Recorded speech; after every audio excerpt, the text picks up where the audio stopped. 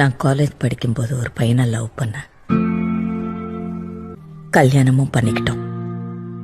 ஓடி போய் தான். அந்த காலத்துல அதெல்லாம் ரொம்ப பெரிய விஷயம்டா.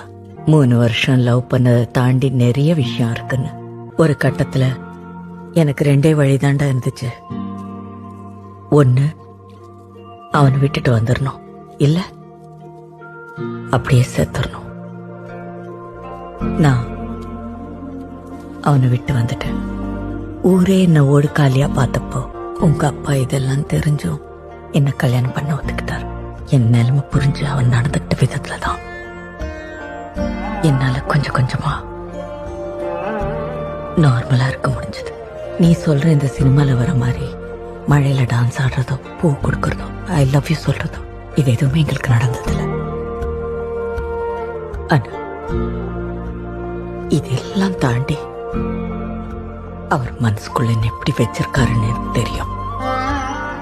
இன்னைக்கு வரைக்கும் ஒரு சண்டையில கூட நான் இன்னொருத்தம் கூட இருந்ததை பத்தி அவர் கேட்டதே இல்லடா.